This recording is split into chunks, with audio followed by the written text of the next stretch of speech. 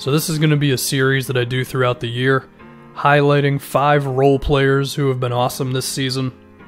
So if there's someone who should be in here that doesn't make it, it's cool. They'll probably make it eventually, unless I just completely botch it and forget them entirely, which is very possible. But anyway, you gotta go with Aron Baynes number 1. I mean, there's a chance that Baynes has done enough to move past being a role player for the Phoenix Suns, but I have no way to classify what a role player actually is, so I'm just gonna put him in here. He's just doing everything so well. His screen setting is fantastic, whether he's setting screens for Rubio, Devin Booker, whoever else might dribble on that team. The shooting has been a revelation. I mean, he showed signs of it with the Celtics, and it has all come out for the Suns this year, shooting a very good percentage on, 4 threes a game, and yeah, his jumper looks awkward as hell, but it forces the defense to space out or give up 3 points because he's been awesome from there. And of course, he knows what he's doing on defense as well. Sure, he may not be the most intimidating rim protector in the league or able to switch across a lot of positions, and he doesn't grab nearly any steals, but he's always in the right place. He's big as hell. He is a brick wall if you want to post up on him. And while his rebound numbers are not huge, the team is a way better rebounding team when he's in the game. Their rebound percentage goes from 46% when he's on the bench to 52% when he's in the game, which means when Baynes is in the game, they're about the 4th best rebounding team in the league. So his impact across the board has just been massive. And hopefully he's not out for too long. Second guy, I gotta talk about Marcus Smart, man. And he's probably my favorite player in the league at this point. Yeah, I'm a biased Celtics fan, but that's cool. Now, Marcus is actually shooting 38% from the field. But to be the homer that I'm going to be for this little segment, he did shoot like 2 for 15 against the Kings or something, and if you remove that game, I think it ends up looking a lot better. His threes keep getting better, man. He's currently shooting 35% on 7 threes a game. 7. If I told you Marcus Smart was going to shoot that many threes 3 years ago, you'd be like, well, that's just going to be a disaster. No, it's actually been pretty alright. Now, even so, I still think it's never going to go in because I watched the guy shoot jump shots for 4 years, but it keeps just dropping. And his playmaking keeps getting better as well. His assist percentage is 22%. His turnover percentage is 8%. He was a turnover machine a couple years ago where you were thinking, is this guy ever going to be able to do anything off the dribble? And the answer is kinda yes. I mean, he's definitely not your primary ball handler or anything, but he's still managing to lead the team in assists. He's at 5 flat. Kemba Walker's at 4.7. There you go. And then defensively, Marcus Smart continues to be Marcus Smart. He was a first-team all-defense last year. Of course, there's a long season to go, but he's probably in the running for potentially making that as a guard again. And hell, there's even been a little teeny bit of Defensive Player of the Year buzz, which I don't really agree with. I think that's a Go Bears award until we're all dead. But Marcus has he's been awesome. Next up, we have a new 3-and-D god that we can add to the Danny Green and Robert Covington club. Those two will eventually make it to these videos. Anyway, the guy's Daniel House of the Houston Rockets. He was pretty good last season, but he only played about 30 games, so we didn't really know if it was legit.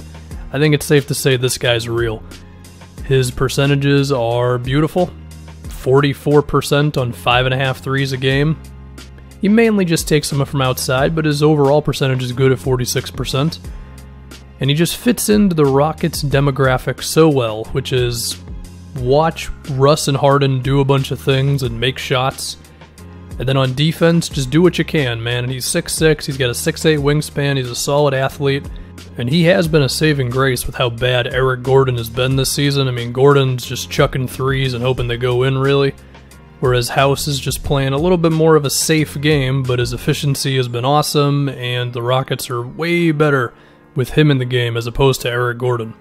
Of course, Gordon's going to be out for a while with a knee injury, so hopefully when he comes back, he can join House and PJ, and hopefully these guys can have like a 3-man wing rotation that's really, really good.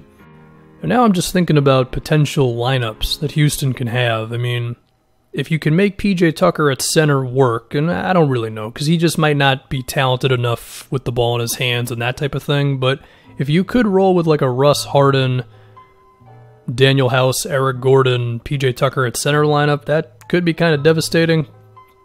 If not that, you can at least insert Capella in there, and you might be pulling Eric Gordon out of games. But even so, Westbrook, Harden, House, PJ, Capella, that could be a pretty damn good starting five. And I bet you Houston would love to make at least one move before the trade deadline, or maybe even after that on the buyout market.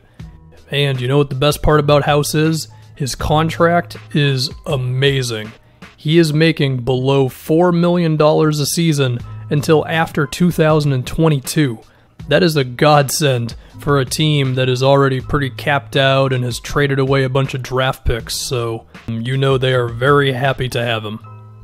Next, I want to talk about OG Anunoby, who was not able to really play during the Raptors title run because he was coming back from an injury, and at that point it was just too late to insert him back into high-stakes games like that.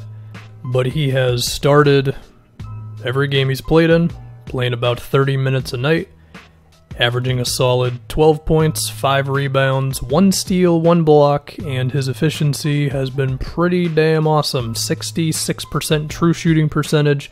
Granted, he's not shooting that often, but it's pretty good. It's very good, actually, his offense, for what we knew he would be, right? Which is this natural defender, wingspan out of this world, athlete, and you just hope that the offense comes along, and it is. I mean, he's basically only shooting shots at the rim or shots from 3. 90% of his shots come from those two areas.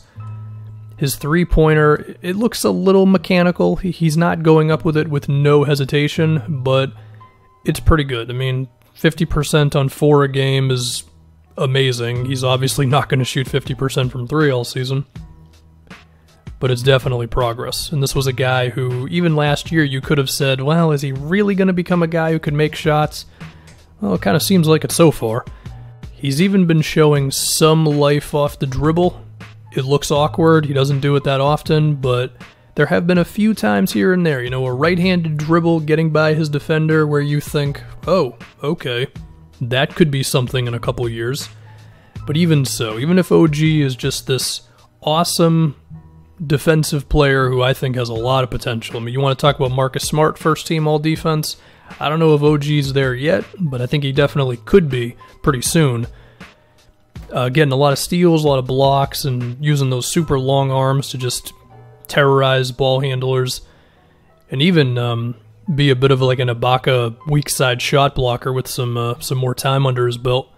And then offensively, he can make threes, finish at the rim, be good in transition. That's a strong all-around player, even if he's potentially never going to create his own shot or do much off the dribble. It's still a guy you'd love to have. Could play the 3, could play the 4, defend a lot of positions. So this was the season that OG had to have, in my opinion, for us to feel really good about him.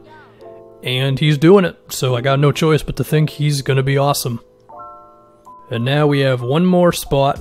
Again, this is going to be a recurring thing, so if you're thinking, where's this guy, hopefully he ends up on here eventually.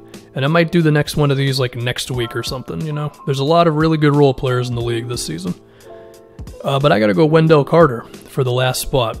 The craziest Wendell stat that I have is that he has a positive net rating on a team that is 5 games under 500, and he's played every game. Like, Otto Porter technically has a positive net rating as well, but he's played like half the games, so I don't know if that counts as much. Levine's a negative, Markkanen's a negative. I still like both of those dudes, but if we're just talking about how it's going this season, I think it is telling that this team is basically pretty good with Wendell on the floor, and without him, they suck. Not just like they're kind of meh, no, they are legitimately bad. And I think a lot of it just goes back to kind of what I said about Aron Baynes. I mean, Wendell's not shooting like Baynes is, but he is setting good screens, playing smart defense, and when you just do the right thing as a big man on almost every possession, offense and defense, And that does go a long way with your team. And what's crazy is I feel like Wendell's already kind of emerging as the leader of this team. There have already been some quotes out there that he's had that have been just pretty good and thoughtful and whatever else. And this is from a guy who is 20. So you could argue he's been their best player. I don't really think so. I think it's still been Levine, but Wendell has definitely been at least the second best player this season, and I bet you there's some Bulls fans who would suggest he's actually been the best. Of course, Levine just had like the craziest fourth quarter of all time, so that certainly helps his case. But Wendell has been awesome, is the point to be made. And that's it. Shout out to role players.